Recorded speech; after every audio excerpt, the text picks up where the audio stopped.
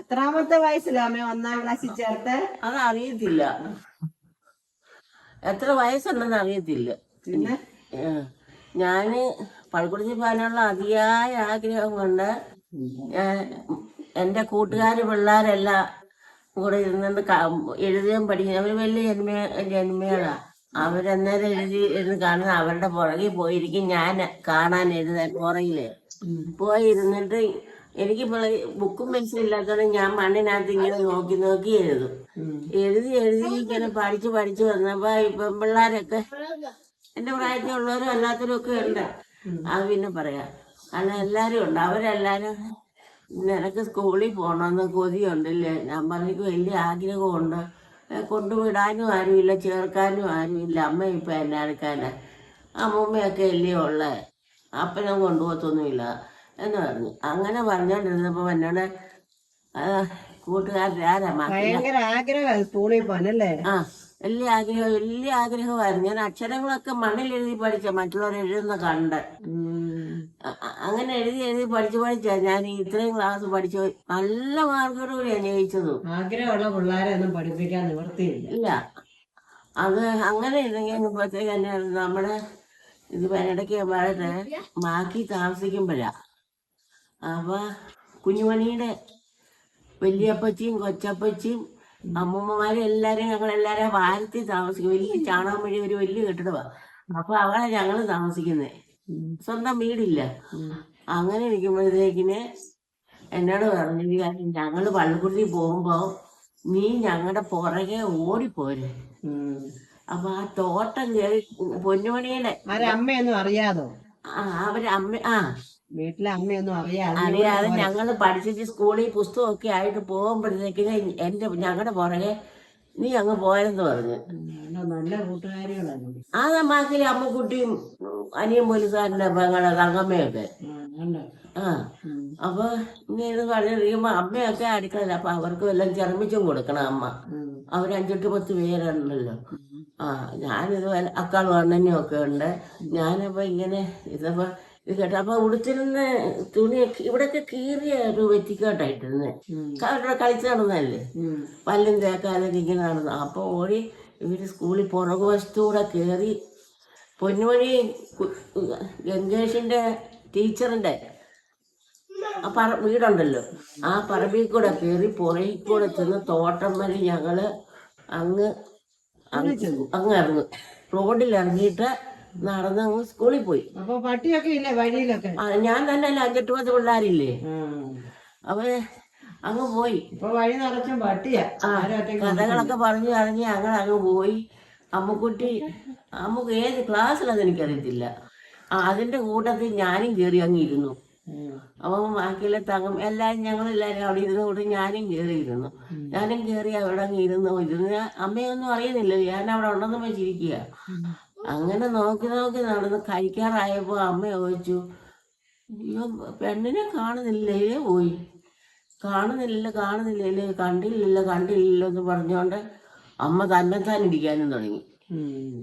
അമ്മൂമ്മയും തുടങ്ങി, അയ്യോ എന്റെ കൊച്ചെന്തിയാലും പറഞ്ഞോണ്ട് അമ്മ തന്നെത്താൻ ഇരിച്ചുകൊണ്ട് അതിലെല്ലാം ഓടി നടന്നു. അന്നേരം അന്ന് ഇതൊന്നും ഇല്ലല്ലോ, ഫോണും കുന്തും ഒന്നും. ഞാൻ കയറിയപ്പോ രാഘവൻ നമ്മുടെ വാതിക്കഥ സോമൻ ചേട്ടന്റെ അച്ഛനാണ് സ്കൂളിലെ ഹെഡ്മാസ്റ്റർ, തീരെ ചെറുപ്പമാണ്. അവിടെ സ്കൂളിൽ തോട്ടം വഴി കയറി ഓടി. ഇനി പിള്ളേർ പുറകെ പോയതാണോ എന്ന് അറിയാമെന്നും പറഞ്ഞിട്ട് ഓടി സ്കൂളിൽ വന്നപ്പോ ഇപ്പുറം പിള്ളേരിട്ട് പോണ ഞാൻ നടുക്കിരിപ്പുണ്ട്.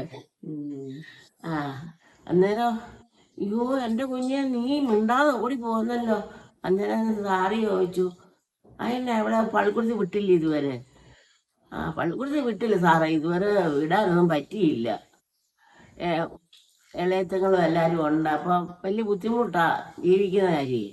അപ്പൊ അതുകൊണ്ടത് വിട്ടില്ലെന്ന് പറഞ്ഞു. എന്നാ ഒരു കാര്യം ചെയ്യേ, അവിടെ ഇവിടെ ഇരുന്നോട്ടെ, അവിടെ പേരെഴുതി വിട്ടാരെ, ഇവിടെ പഠിച്ചോളൂ അവള് എന്നും പറഞ്ഞ് എന്നെ അവിടെ അങ്ങ് ഇരുത്തി. ഉച്ചക്കൊന്നും അന്ന് കഞ്ഞിയൊന്നും ഇല്ല. അങ്ങനെ സ്കൂളിൽ പോയി പഠിച്ചു വന്നപ്പോഴത്തേക്കിന് സ്കൂളിൽ ചേർന്ന് വന്നില്ല. പിള്ളേര് ഉച്ചയ്ക്ക് കഴിക്കാൻ വന്നപ്പോ അവരുടെ കൂട്ടത്തിൽ ഞാൻ വന്നില്ല, പേടിച്ച്. എന്നെ വിടത്തില്ലെന്നും വെച്ചോണ്ട് തിരിച്ച് ഞാൻ അവിടെ ഇരിക്കുക. അന്ന് പിള്ളേരൊക്കെ വന്ന് കഞ്ഞിയാ അന്ന് കഞ്ഞിയാ കുടിക്കുന്നത്. കഞ്ഞി അവർക്കെല്ലാം കഞ്ഞിയും കൊടുത്തു വെച്ച് ഇന്ന് അമ്മയെ കാണില്ലല്ലോ, എനിക്ക് അവർക്ക് കൊടുക്കണ്ടേ. ഇനി നോക്കിയപ്പോഴത്തേന് അമ്മക്കുട്ടി പറഞ്ഞു, അമ്മയെ അവിടെ ഇരിക്കുക, അവൾ പേടിച്ചിരിക്കുക, തല്ലുവെന്ന് പേടിച്ചു. അമ്മ അടിക്കൂ. വാണലിന്റെ വടി ഇങ്ങനെ വെച്ചോണ്ട് നടക്കുന്നു. അയ്യോ തല്ലത്തൊന്നുമില്ല ഞാന്, വിടാൻ നിവർത്തില്ലാതല്ലേ എന്നൊക്കെ പറഞ്ഞുകൊണ്ട് അമ്മ ഉടുത്തിരുന്ന തുണിക്കഷ്ണം ഉടുത്തോണ്ട് ഒരു ചെറിയ പാത്രം വെച്ച് കഞ്ഞിയോണ്ട് അങ്ങ് വന്നു.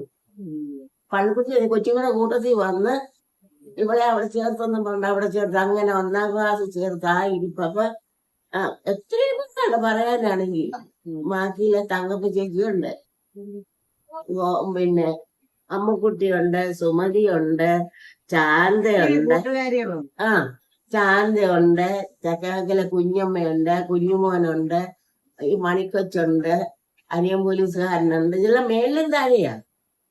ഞാൻ ഏത് ക്ലാസ്സിൽ എത്ര വയസ്സുണ്ടെന്നൊന്നും എനിക്കറിയത്തില്ല. എന്നെ കൊണ്ടിട്ട് ഞാൻ അവിടെ ഇരുന്ന് അങ്ങനെ പഠിച്ചു എനിക്ക് എത്ര വയസ്സുള്ളപ്പോഴാ ഇതൊന്നും അറിയത്തില്ല. അപ്പൊ ഒരു സ്ലേറ്റ് ഒരു സ്ലേറ്റ് ഒക്കെ മേടിച്ചു കൊടുക്കണേന്ന് പറഞ്ഞു. അന്ന് അമ്മ വിളിക്കുന്ന സാറ് വിളിക്കും ഗൗരി എന്നാ. ഇവിടെ വന്നപ്പോ ഈ സ്ലേറ്റ് മേടിച്ചൊക്കെ എവിടുന്നാ? അവിടെ നമ്മ വല്യമാവിന്റെ അങ്ങനത്തെ ചുമൽ വെച്ചാളൊക്കെ പഠിച്ചു വലിയ പണക്കാര്. അയ്യോ പിന്നെ അണ്ണാ അവൾ പഴക്കുട്ടി പോയി, അവൾ തന്നെ അങ്ങ് പോയി. ഒരു സ്ലേറ്റ് പഴയ സ്ലേറ്റ് എടുത്ത് ഒരു സ്ലേറ്റ് ഇപ്പൊ അത് കളയാണെങ്കിൽ ഇങ്ങനെ എനിക്ക് സങ്കടമാ കൊടുക്കാൻ പറഞ്ഞ. ഞാൻ പിന്നെ എന്നാ സുമതിയുടെ ഒരു സ്ലേറ്റ് തരാമെന്ന് പറഞ്ഞോണ്ട് ഈ ചതുരത്തിലുള്ള സ്ലേറ്റ് ഉണ്ടല്ലോ, അത് ഇത്ര ഇങ്ങനെ അങ്ങ് പൊട്ടിപ്പോയതാ. ബാക്കി ഇങ്ങനെ പകുതിയുണ്ട് പിടിയുണ്ട്. ഇത് അവൾ നിനക്ക് സ്ലേറ്റ് മേടിക്കുന്നുണ്ട്, അത് ഇവിടെ കൊണ്ട് തന്നേക്കണമെന്ന് പറഞ്ഞു. അമ്മയുടെ കൊടുക്കും. അവിടുന്ന് ആ മുറ്റത്തുനിന്ന് ഇത് പൊട്ടിപ്പോയ സ്ലേറ്റിന്റെ മുറിയുണ്ടല്ലോ, അതെടുത്ത് കൊണ്ടുവച്ച് ഞാൻ പാർക്കല്ലേ വെച്ച് അരച്ച് ഈ വണ്ണമാക്കിട്ട് അതുകൊണ്ടാ പഠിക്കുന്നത്. 4-ാം ക്ലാസ് വരെ ഞാൻ ആ സ്ലേറ്റ് കൊണ്ടാ പഠിച്ചത്, ആ മുറി സ്ലേറ്റ്.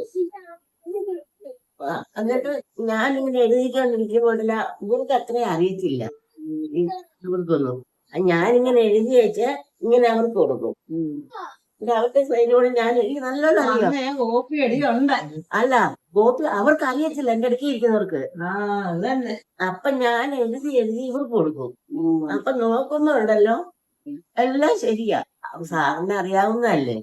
അപ്പൊ പിള്ളേരെല്ലാം ഇങ്ങനെ ഞാൻ അങ്ങനെ ചെറുതെന്നും അറിയാമല്ലോ. അങ്ങനെ എനിക്ക് നല്ലപോലെ എല്ലാ അക്ഷരങ്ങളും എല്ലാം അറിയാം. അങ്ങനെ പഠിച്ച് 1-ാം ക്ലാസ് കഴിഞ്ഞു. അങ്ങനത്തെ ഒരു 1-ാം പാഠം കിഴിയ ഒരു 1-ാം പാഠത്തിന് മൊഴിയാ. ഈ കൊച്ചുങ്ങള് പഠിച്ചുകൊണ്ടിരുന്ന പുസ്തകത്തിന്റെ മുറിവെല്ലാം കൂടെ വേണ്ടി ചോറ് വെച്ചൊട്ടിച്ച് എനിക്ക് തന്നു.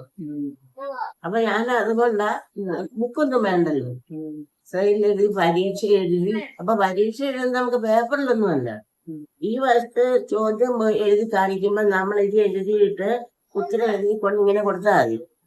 അപ്പൊ അത് ശരിയിട്ടിട്ട് ഇതിന്റെ മറുവശത്ത് അതിന്റെ മാർക്ക് എഴുതിയിടും ചോപ്പ് കൊണ്ട്. പിന്നെ എന്നിട്ട് 2-ാമത്തെ അങ്ങനെ പരീക്ഷ. അങ്ങനെ 4-ാം ക്ലാസ് വരെ കഴിഞ്ഞു.